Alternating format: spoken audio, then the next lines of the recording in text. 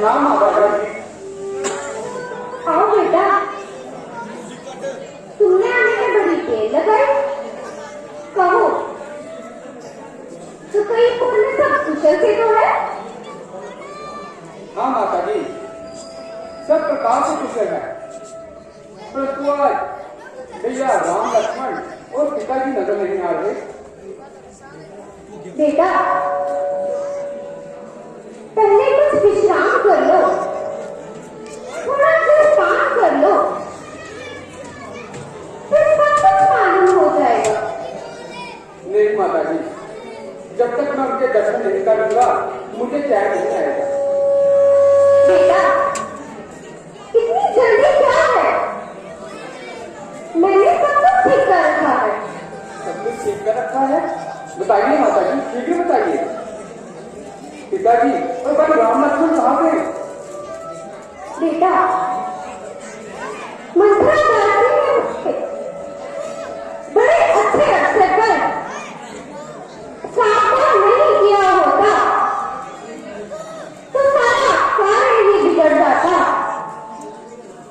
सिर्फ हाथ मलने के अलावा कुछ हाथ ना आता। आज आप कैसी रहस्यमयी बातें कर रही हैं माता जी? पहले जो कुछ मैं पूछ रहा हूँ आप उसका उत्तर तो दीजिए। हाँ, कह तो रही हूँ, मैंने सारा काम बना के छोड़ा, परंतु खेद है कि महाराज ने मंदिर के समय की दम तोड़ा। है पिताजी स्वच्छ जाके।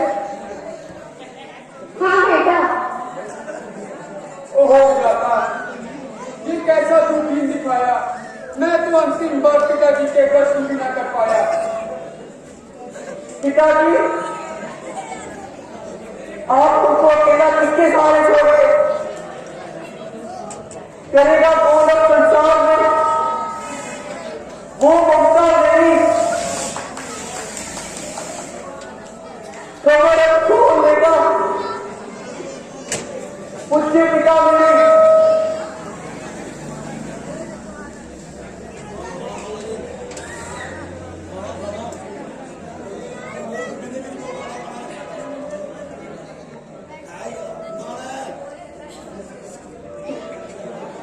उठो बेटा, मरना जीना विधाता के अधिकार में है। परंतु माता जी, पिताजी के प्राण कैसे जाए? क्या कुछ रोग हो गया था? कुछ भी नहीं बेटा, राम के वियोग के कारण कुछ पागल से हो गए थे। बस उन्हीं का नाम लेते लेते पर लोग चला गए। राम कहाँ चले गए थे? राम का मन जाना ही उसकी मृत्यु का कारण बना बेटा। राम का वन जाना? ये कैसी बातें कर रही है माता जी? मैं ठीक कह रही हूँ बेटा। एक बार मैंने महाराज से 2 वरदान पाए थे। जब राजा तुम्हारा अधिकार छीनकर राजगद्दी रामचंद्र को देने लगे तो मैंने इसको अवसर देखकर अपने दोनों वरदान मांग लिए। एक वर में तुम्हारे लिए राजगद्दी और दूसरे वर में राम को 14 वर्ष का वनवास। हाय, सर्वनाश, सर्वनाश। तो क्या राम के मर जाते ही किसी ने उनको उनका साथ नहीं दिया?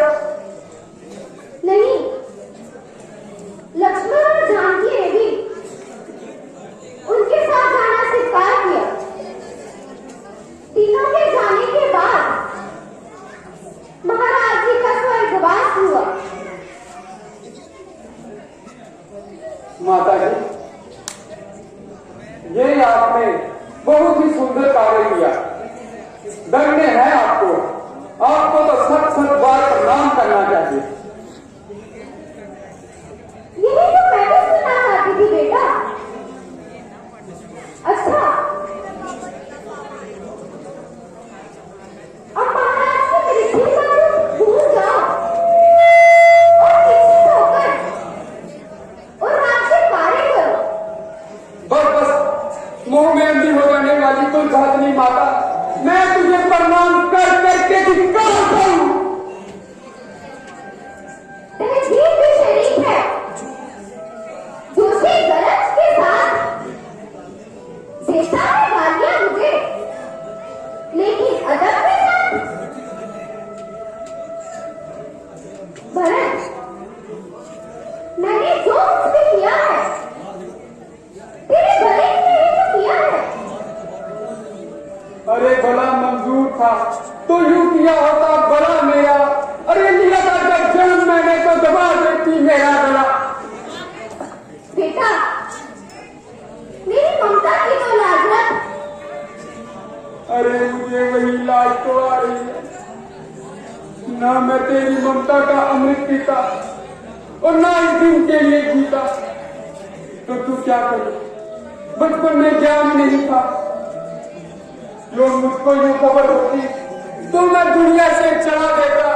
अरे ना पीता मैं तेरा अमृत, अगर पीता तो उगल देता, उगल देता, उगल देता। अरे प्रभु से मैं घर में बस एक ही दुआ करता। अरे बदल देता वो तेरी कोखियां, मुझे बदल देता, मुझे बदल देता। ना मैं पैदा होता ना बिंदु कछा होती। अरे पशु जुड़ी थी अच्छी ना माता तू कछा होती।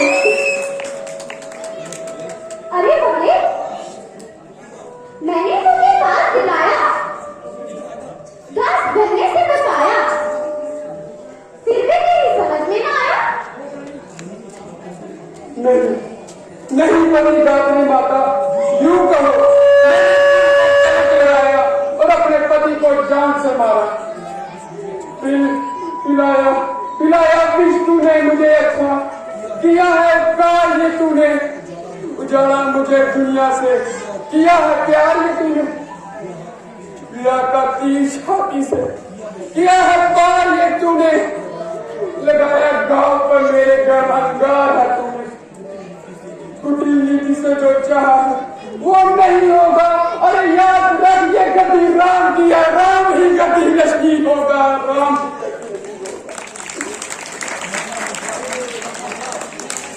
तो क्या मेरी सारी चेष्टा निष्फल हो जाएगी?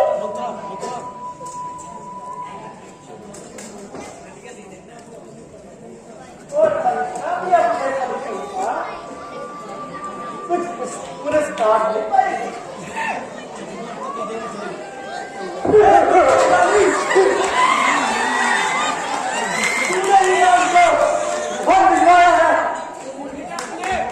तूने मर्दना किया है।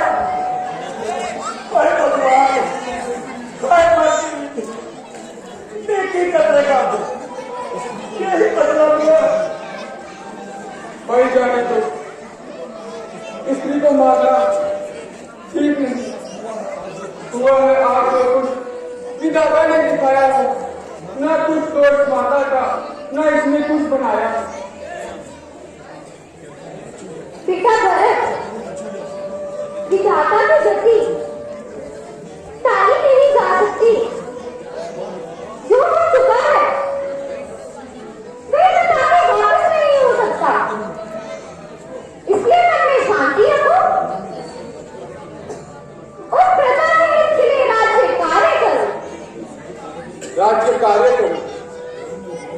राम को वनों में बेचकर राज्य कार्य करो। लक्ष्मण और जानकी को संकट में जानकर राज्य कार्य करो। ये तू कौन से मन से कह रही है माता?